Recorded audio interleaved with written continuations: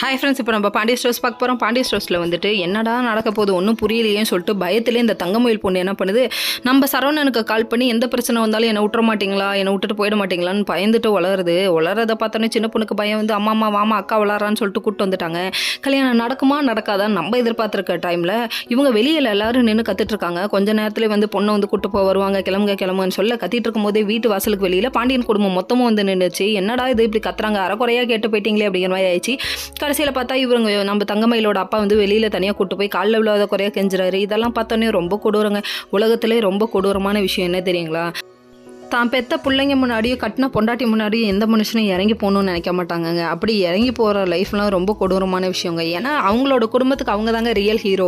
ஆனால் அப்படி இருக்கும்போது அவங்க வந்துட்டு பார்க்குறது ரொம்ப கஷ்டமாக இருக்குன்னு சொல்லிட்டு அந்த பொண்ணு ரொம்ப அழுகுதுங்க.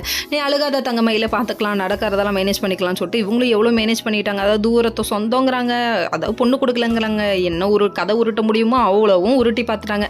வேறு லெவல்ப்பா. அந்த உருட்டெல்லாம் என்னைக்கு ஒரு நாள் உடையும் போது இருக்குப்பா, நீ இவ்வளோ உருட்டு கல்யாணம் பண்ணி கொடுக்குறதுக்கு உண்மையை சொல்லியே கல்யாணம் பண்ணி அப்படிங்கிற மாதிரி ஆயிடுச்சு. கடைசியில் பார்த்தா தங்கமயில ஒரு பக்கத்து ஃபீலிங்ஸாக உட்கார்றத பார்த்தோன்னே நம்ம ராஜியோட நாத்தனார் சும்மாவாக இருக்கும், அதுவும் கதிரோட அக்காங்க வந்துட்டு என்னாச்சு ஏன் ஒரு மாதிரி இருக்கான்னு 1008 கொஸ்டின் கேட்குது. அதெல்லாம் ஒன்றும் இல்லைங்க, அதை சமாளிக்கிறதுக்கு 1000 போய் சொல்லுவாங்க, இவங்க வேற லெவல் அப்படிங்கிற மாதிரி இருக்கு. இன்னொரு பக்கம் நம்ம ராஜி வந்து இவ்வளோ அமுளி தும்ளி நடந்துட்டு இருக்கு, ராஜியோட புடவையில் உட்காந்துருக்காம இருக்கு கதிர் அப்படிங்கிற மாதிரி தான் இருக்கு.